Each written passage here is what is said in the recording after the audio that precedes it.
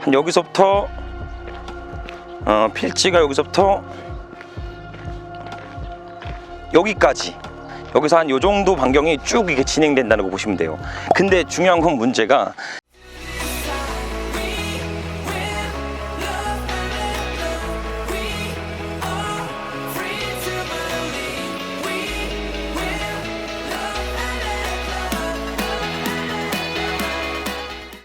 자, 반갑습니다. 대장 김상준입니다.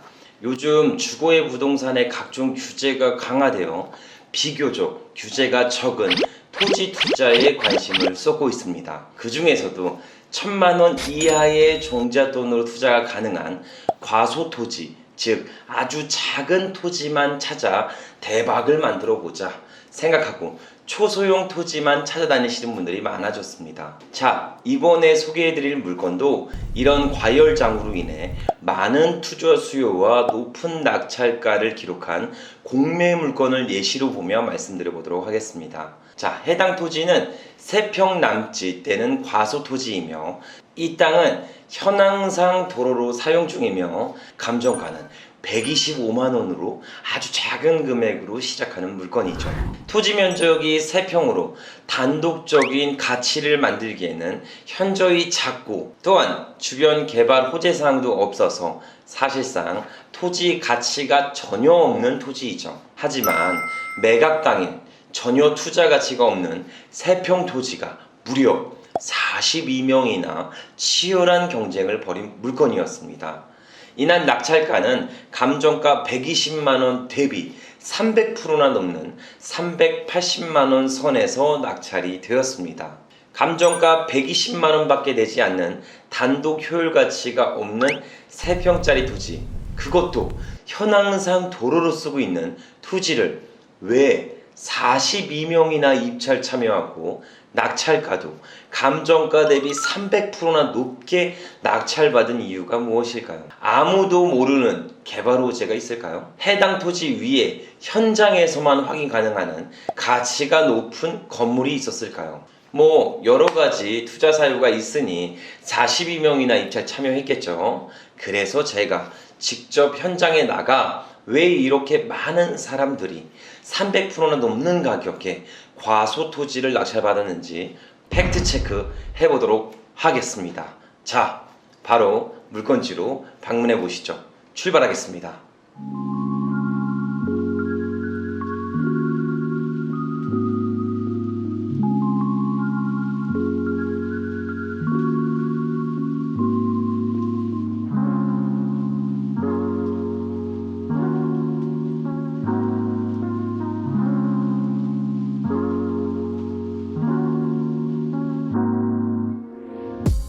자, 드디어 물건지에 도착했습니다.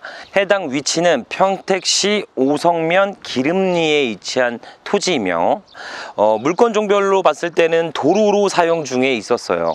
지금 오면은 제가 여기가 비포장 도로였는데 이거 한번 보여드릴게요. 잘 보세요.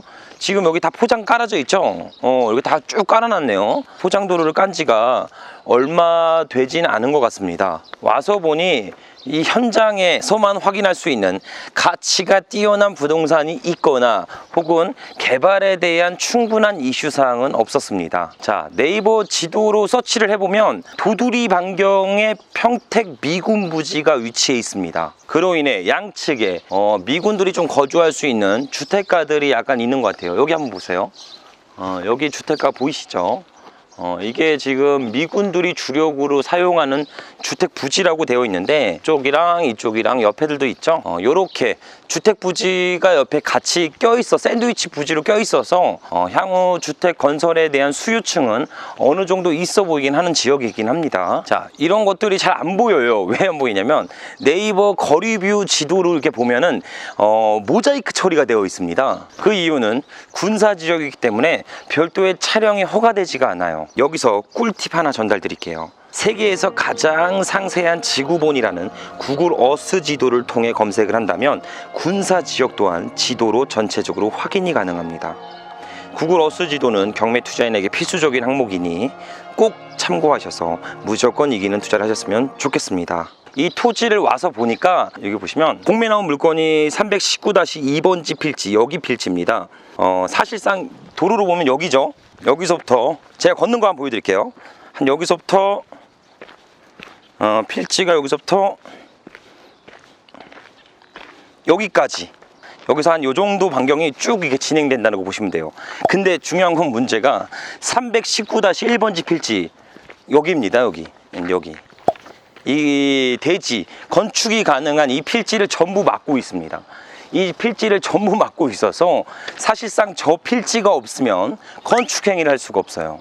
그럼 이쯤 되면은 살짝 우리 시청자분들이 감이 오시죠? 그러니까 이 앞에 짜투리, 이 도로의 진입로를 막고 있는 요 조그마한 길다란 필지를 낙찰을 받아서 이 필지에게 뭐 통행을 방해하거나 혹은 교통을 방해하는 행위를 제공함으로써 이 작은 필지를 매도하려는 전략으로 낙찰받았던 것 같습니다. 만약에 이런 길막이나 통행을 방해하는 행위를 하지 않아도 319-1번지 필지, 해당 필지가 건축 행위란다면 이 319-2번지 필지 주인에게 무조건 연락을 해야 돼요. 그래서 사용 승낙을 받거나 혹은 도로의 지분을 좀 사거나 이런 식의 행위가 있어야 되기 때문에 중장기 목적으로도 이런 수익을 받을 수 있는 목적으로 해당 작은 토지 1,000만 원 이하 되는 토지를 낙찰받은 것 같습니다. 그럼 경매 나온 도로나 골목길, 사유지라는 입장 하에 길막을 하거나 펜스를 두르거나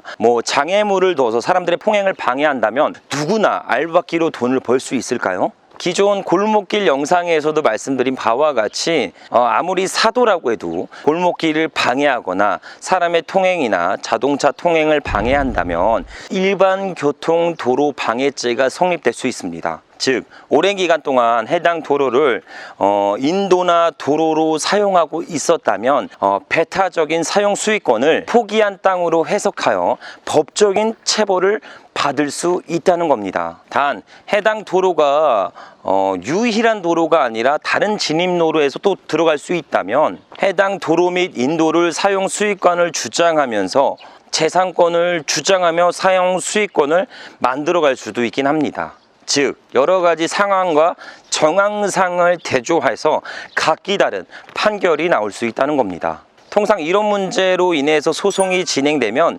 대법원까지는 가지 않고 해당 진입로가 필요한 나머지 필지 주인이 적절한 협상을 통해 작은 땅을 매입하는 걸로 끝이 나기도 하죠. 이런 길막용 토지를 낙찰받는 것도 이런 사유들 때문입니다. 대법원까지 간다고 해도 다양한 변수가 있고 거기에 들어가는 소송에 들어가는 비용이랑 인력이랑 품이 발생되기 때문에 분명히 내 땅에 필요한 나머지 분들이 적절하게 협상이 들어올 걸 인지하고 길막용 토지를 매입하는 겁니다. 당연히 짜투리 땅이라고 해도 서울 중심지에 있다면 몇 억, 몇십억씩 되면 당연히 협상은 없겠죠. 무조건 소송을 통해 판결을 받으려고 할 겁니다. 하지만 이처럼 1,000만 원 이하에 있는 짜투리 땅, 이런 작은 땅들, 1,000만 원 이하에 있는 작은 땅들은 소송 비용과 품이랑 인력에 대한 비용들이 들어가기 때문에 그냥 조금 적절하게 비용을 더 얹혀주더라도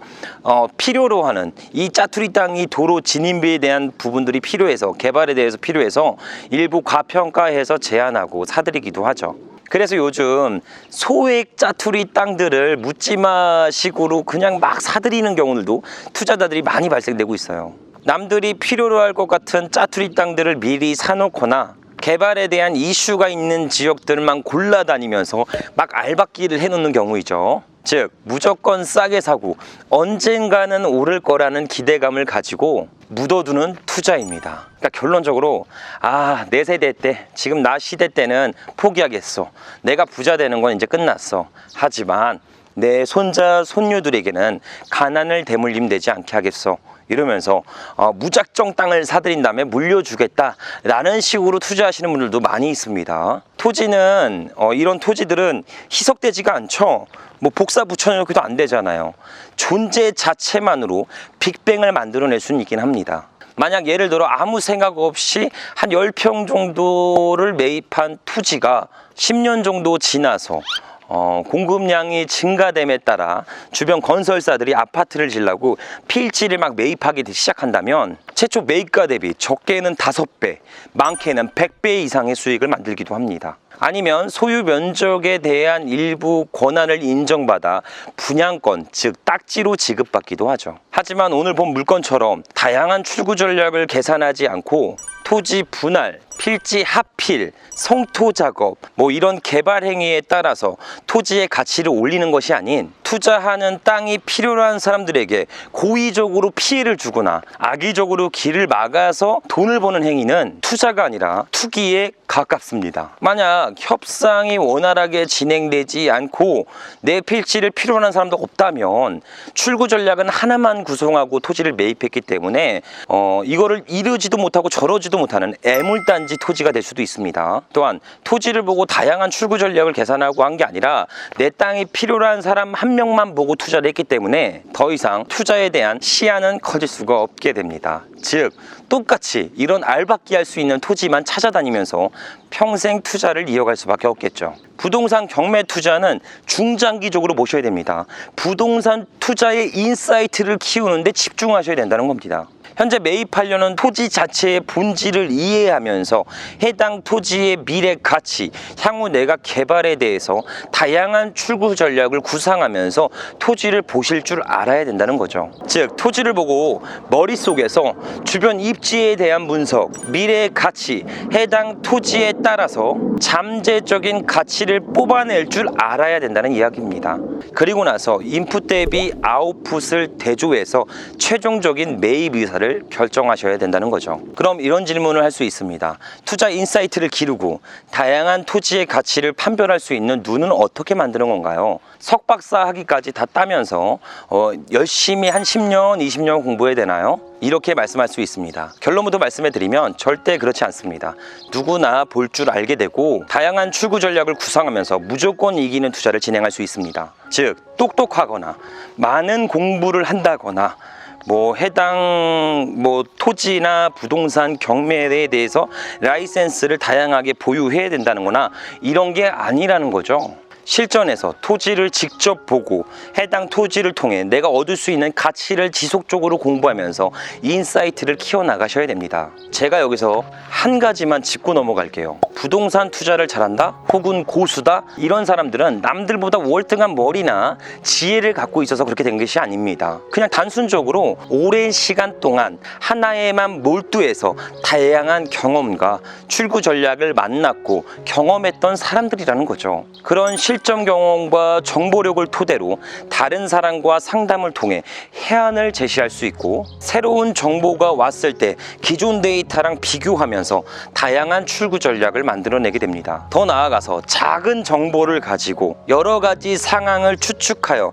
큰 단서를 얻어서 수익을 만들어내기도 하죠. 그러니 우리 대장TV 식구분들 모든 분들이 이렇게 출구 전략이 하나만 구성된 거, 즉 내 토지가 필요로 한 사람 한 사람에게만 출구 전략을 잡고 토지를 투자하는 것이 아닌 토지 자체를 보는데 집중하여 다양한 출구 전략을 구성하면서 현명한 투자를 진행하셨으면 좋겠습니다. 자, 오늘 영상은 여기까지 말씀드리면서 결론은 알박기죠.